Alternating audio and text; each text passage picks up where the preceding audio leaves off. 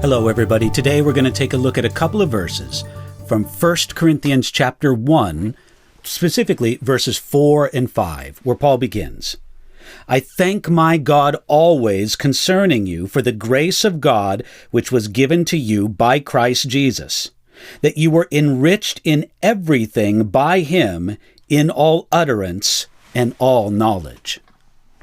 The church in the ancient city of Corinth was started through the work of the Apostle Paul.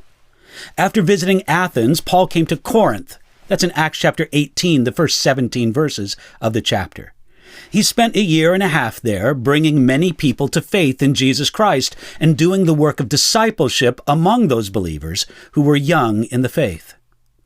As his two letters to the church in Corinth show, the Corinthian Christians had a lot of problems.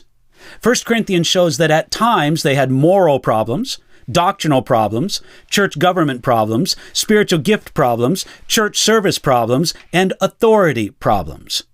So what do you do with a problem church? Paul thanked God for them. That's what he said. I thank my God always. Paul spent a lot of time in this letter rebuking sin and correcting error, yet he was still sincerely thankful for God's work in the Corinthian Christians. Those who feel called to rebuke sin and correct error in the church today should follow Paul's example. Unfortunately, many of them communicate, or fail to communicate, I should say, any encouragement with their correction and their advice. Paul was especially grateful for the grace they received by Jesus Christ. Everything good, everything worth being thankful about the Corinthian Christians came to them by the grace of God. Grace means that God gives freely for his own reasons. God's grace had an effect among the Corinthian Christians. The Corinthians were a rich church, not only materially, but also in their speech and knowledge of Jesus. That's why he says, in all utterance and in all knowledge. And he speaks of the testimony of Christ in verse 6. They were also abounding in the gifts. In verse 7, Paul says that they come short in no gift. And they also had an eager anticipation of Jesus' coming that Paul mentioned in verse 7. In all these things, they were genuinely enriched.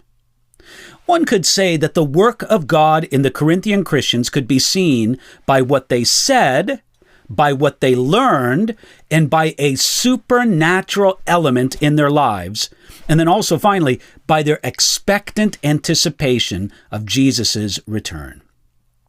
When Paul looked at the Corinthian church, he could say, these people proclaim Jesus.